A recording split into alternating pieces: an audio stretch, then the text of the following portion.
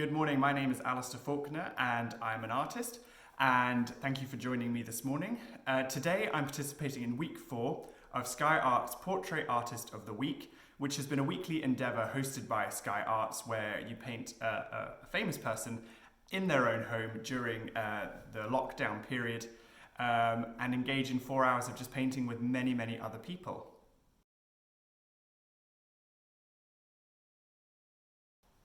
Today I'll be painting the TV personality and barrister Judge Rinder, who is the sitter for today's portrait. And this is my setup right behind me here, so let me show you what I've got going on.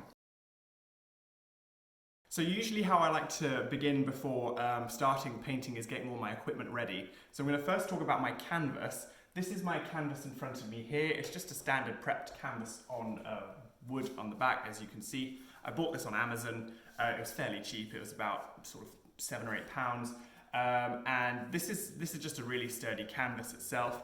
What I've done is I've applied a wash of burnt sienna, which as you can see is a kind of orangey brown colour, which helps eliminate the harsh white.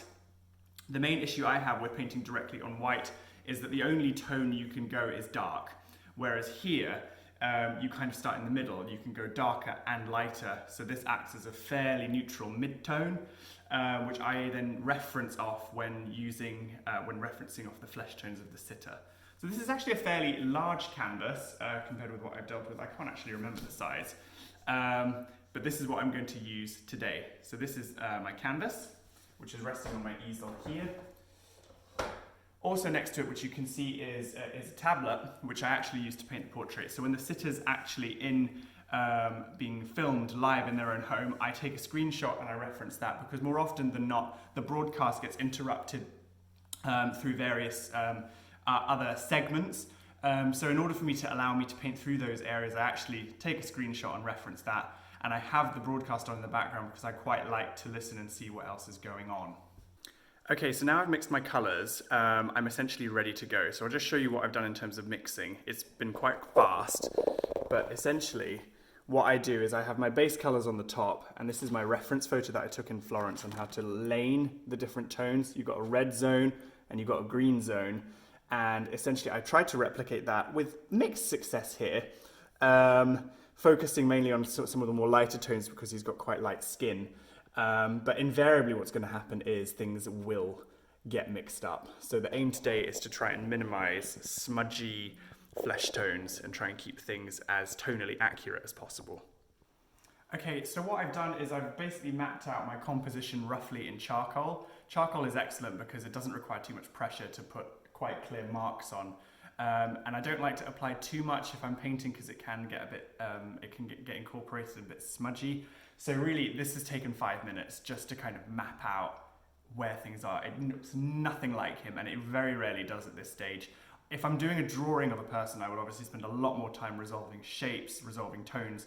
However, at this point, I just kind of want to get a sense of what it's going to look like. This is kind of my roadmap. So from here, I then switch to basically a very thin raw umber. So I take the raw umber oil paint, mix it with some paint thinner, turpentine, just because that dries quite quickly, and then I can paint on top of that. And that will allow me to kind of bring out more of the shapes and more of the tones in which to then apply the paint on top. So I like to do that because if I apply quite thick paint initially, that takes longer to dry. And then if I apply paint on top of that, then it can get incorporated and can get mixed in, which I don't want. So really, this is about building up now in these sort of layers. Right, so at this stage I've now mapped out the basic kind of tonal map with my thin raw umber paint. So now what I'm going to start to do is I'm going to start taking the oil paint that I've pre-mixed and start to incorporate the very bright, the very dark and the mid-tones as well.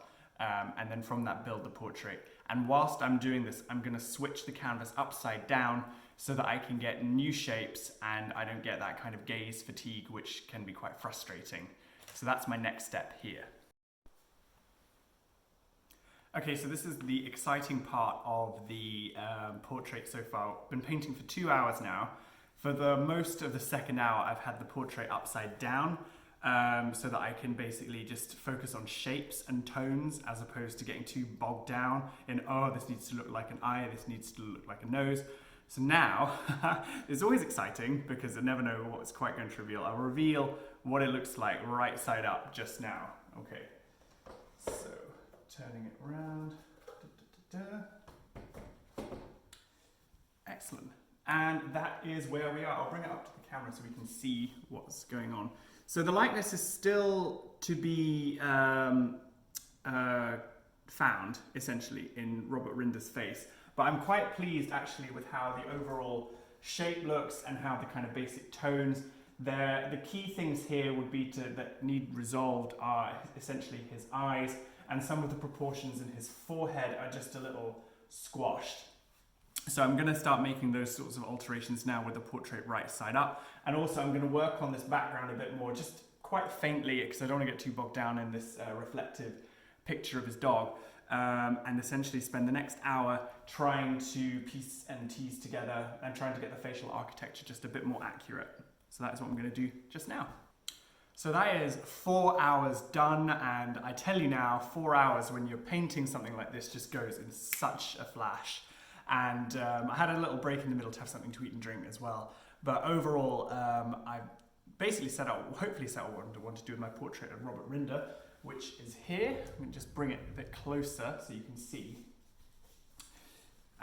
So this is the progress I've made so far. It is not finished. There are certain elements that I know I need to work on.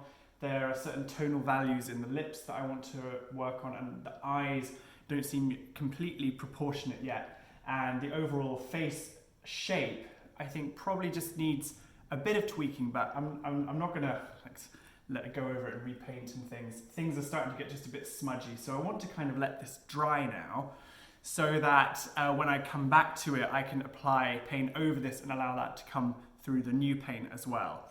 But it was a really excellent morning. Thanks again to Sky Arts for a brilliant morning session. It was hilarious, actually, watching this and painting along.